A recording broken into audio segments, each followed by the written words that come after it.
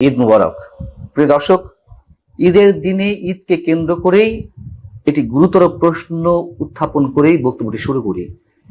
প্রধান উপদেষ্টা কেন ঈদের আগের দিনেই তিনি জাতির উদ্দেশ্যে ভাষণ দিতে গেলেন, এবং ভাষণ যদি দেনই বা তার মধ্যে কেন সময়ের সবচেয়ে আলোচিত এবং বিতর্কিত ইস্যুগুলো নিয়ে তিনি কথা বললেন, বিভিন্ন টার্গেট গ্রুপকে সামনে রেখে নির্বাচন করিডোর বন্দর ইস্যুতে কেন তিনি কথা বললেন, এবং সেটিকে কেন্দ্র করে এই ঈদের মধ্যেও বিভিন্ন রাজনৈতিক দল থেকে শুরু করে সাধারণ মানুষের বিভিন্ন পর্যায়ে একটা আতঙ্কের সৃষ্টি হয়েছে, না জানি ঈদের পরে কি হতে যাচ্ছে। এবং এটাও তো সত্য কথা যে এই ঈদকে সামনে রেখে যে সরকারি পর্যায়ের 10 দিনের ছুটি ঘোষণা করা হলো, লম্বা ছুটি, সেই ছুটি কেন দেওয়া হলো এত দিনের?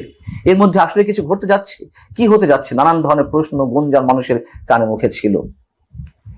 সেই অবস্থার মধ্যে এসে আবার তিনি যে ভাষণটি দিয়েছেন, সেই ভাষণে আবার তিনি যেসব শব্দ ব্যবহার করেছেন সেটিকে খুব কেয়ারফুলি বিএনপি নোটিশ করেছে। তারা বলছে যে প্রধান উপদেষ্টা শব্দ চয়নের ক্ষেত্রে সব ধরনের রাজনৈতিক ভব্যতার সীমা লঙ্ঘন করেছেন। আমি সে বিষয়ে আসছি, এবং এটুকু একটু মন্তব্য করে রাখতে হয়। আমরা নিশ্চয় জানি যে আমার যদি খুব ভুল না হয়ে থাকে, আজ অবধি অন্য কোনো সরকার প্রধান বা রাষ্ট্রপ্রধান এই দেশের আর কখনোই ঈদকে সামনে রেখে জাতির উদ্দেশ্যে ভাষণ দেননি। ব্যতিক্রম শুধুমাত্র এই প্রধান উপদেষ্টা অধ্যাপক ডক্টর মোহাম্মদ ইউনূস, যিনি রোজার ঈদকেও সামনে রেখে এবং একই সঙ্গে স্বাধীনতা দিবসকে সামনে রেখে গত 25শে মার্চ জাতির উদ্দেশ্যে ভাষণ দিয়েছিলেন।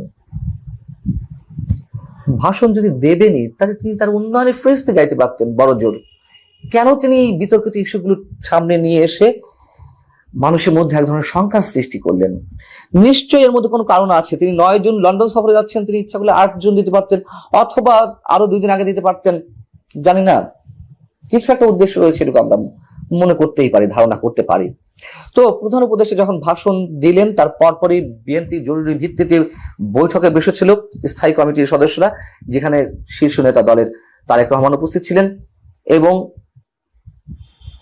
এপ্রিলে যে নির্বাচনের সময়সীমা ঘোষণা করা হয়েছে সেটি তারা প্রত্যাখ্যান করেছেন।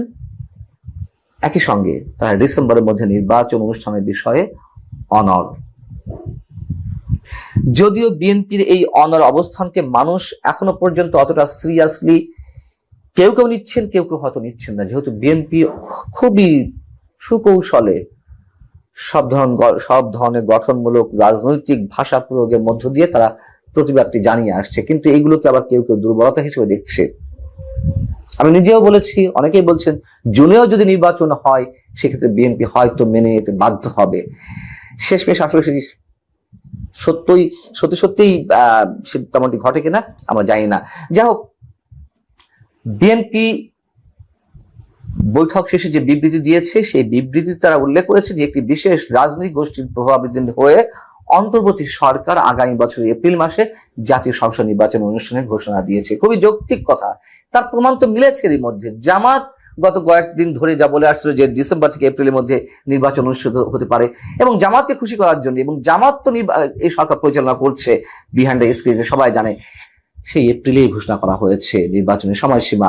এনসিপি জাতীয় নাগরিক পার্টি তো নির্বাচন চাই না। তারা জাতীয় সংসদ নির্বাচন আগে কখনো স্থানীয় সংসদ নির্বাচন, কখনো গণভোট, কখনো তারা সংবিধান প্রণয়ন, নতুন সংবিধান রচনা করায়, বর্তমান সংবিধান ছুঁড়ে ফেলা ইত্যাদি ইত্যাদি। মানে তারা নির্বাচন চায় না। সেই জায়গা থেকে এপ্রিলে যে নির্বাচনের সময়সীমা ঘোষণা করা হয়েছে সেটি যে কোনো অজুহাতে আবার পিছিয়ে যাবে, সে বিষয়টি বিএনপি তাদের বৈঠকে তুলে এনেছে এবং প্রেস বিজ্ঞপ্তিতে উল্লেখ করেছে। খুবই যৌক্তিকতার সঙ্গে যারা বলে আসছেন, বা এখনো বিএনপি বলছে যে এপ্রিলে নির্বাচন অনুষ্ঠিত হতে গেলে ওই সময় যে প্রচন্ড গরম বা প্রতিকূল আবহাওয়া, ঝড় বৃষ্টি বা গরমে মানুষ ঘন্টার পর ঘন্টা লাইনে দাঁড়িয়ে ভোট কেন্দ্রে যাবেন কিনা সেটা তো চরম অনিশ্চয়তার মধ্যে থেকে যায়। এবং তার চেয়ে বড় কথা হচ্ছে যে নির্বাচনের তফসিল ঘোষণা হলে এপ্রিলের মধ্যে, মানে এপ্রিলে নির্বাচন হলে সেজন্য যে প্রচারণা রাজনৈতিক দলগুলোকে চালাতে হবে, তখন তো রোজা পড়ে যায়। কিভাবে তারা এই কাজটি করবে? আরো বড় কথা যে সে সময় পাবলিক পরীক্ষাগুলো অনুষ্ঠিত হবে, এসএসসি, এইচএসসি। অতএব এইগুলোর যে কোনো কিছুকে একটা অজুহাত হিসেবে দাঁড় করিয়ে সরকার তখন নির্বাচন পিছিয়ে দেওয়ার মতলব আনবে এবং তেমনকি ঘোষণা দেবে। বিএনপি তার বক্তব্যে উল্লেখ করছে, ভাষণে প্রধান উপদেষ্টা শব্দ চয়নে রাজনৈতিক ভব্যতার সীমা অতিক্রম করেছে এবং এই জন্য তারা ক্ষোভ প্রকাশ করেছেন। বিএনপি নেতারা কোন ধরনের রাজনৈতিক ভব্যতার সীমা লঙ্ঘন করেছেন প্রধান উপদেষ্টা সেটি স্পষ্ট করে জানতে না পারলেও আমরা মোটামুটি ধারণা করতে পারি, যেহেতু প্রধান উপদেষ্টা সময়ের সবচেয়ে বড় স্পর্শকাতর যে দুটি বিষয় করিডোর এবং বন্দর ইস্যুর কথা বলেছেন এবং বন্দর পরিচালনা ভার বিদেশি কোম্পানির হাতে তুলে দেওয়ার ক্ষেত্রে যারা বিরোধিতা করছেন তাদেরকে প্রতিহতের আহ্বান জানিয়েছেন। একইভাবে করিডোর ইস্যু তিনি উল্লেখ করেছেন এই ধরনের বক্তব্য। সেই জায়গা থেকে তো এই বিষয়গুলো তো সেনাপ্রধান নিজে উল্লেখ করেছেন। বিএনপি কথা বলছে, বাম দলগুলো কথা বলছে, অন্যান্য রাজনৈতিক দলগুলো কথা বলছে, তাহলে কাদেরকে প্রধান উপদেষ্টা প্রতিহত করার ঘোষণা দিয়েছেন বা প্রতিহত করার জন্য আহ্বান জানিয়েছেন? ঠিক সম্ভবত এই জায়গাটিতে বিএনপি নোটিশ করার চেষ্টা করেছে যে তিনি সব ধরনের রাজনৈতিক ভব্যতার সীমা লঙ্ঘন করেছেন এবং বিএনপি যদি সত্যি সত্যি এর কিলো ইঙ্গিত করে থাকে তারা অযৌক্তিক কিছু করেনি। বিএনপি তার বিজ্ঞপ্তিতে বলছে যে পবিত্র ঈদ উল আজহা উপলক্ষে প্রদত্ত তার বক্তব্য প্রসঙ্গ অতিক্রম করে, অর্থাৎ সাধারণ মানুষকে তিনি শুভেচ্ছা জানাবেন বা তার উন্নয়নের ফিস দেন সমস্যা নেই, এইগুলোর প্রসঙ্গ অতিক্রম করে জাতির উদ্দেশ্যে যে ভাষণে পরিণত করলেন, এই দীর্ঘ ভাষণে তিনি বন্দর, করিডোর ইত্যাদি এমন সব বিষয় অবতরণ করেছেন যা তারই ভাষায় অন্তর্বর্তীকালীন সরকারের 3টি ম্যান্ডেটের মধ্যে পড়ে না। তিনি বলেছেন সরকারের ম্যান্ডেট 3টি, একটা হচ্ছে বিচার, সংস্কার আর নির্বাচন। খুবই বাস্তবতা এটি যে জাতীয় ঐকমত্য কমিশনের যেই বৈঠক খেলা, সংস্কার কমিশন গুলোর যে সংস্কার আলোচনা প্রস্তাব, এগুলো যে স্রেফ নাটক নির্বাচন প্রলম্বিত করার জন্য, তা এখন দেশের অধিকাংশ মানুষের কাছে স্পষ্ট।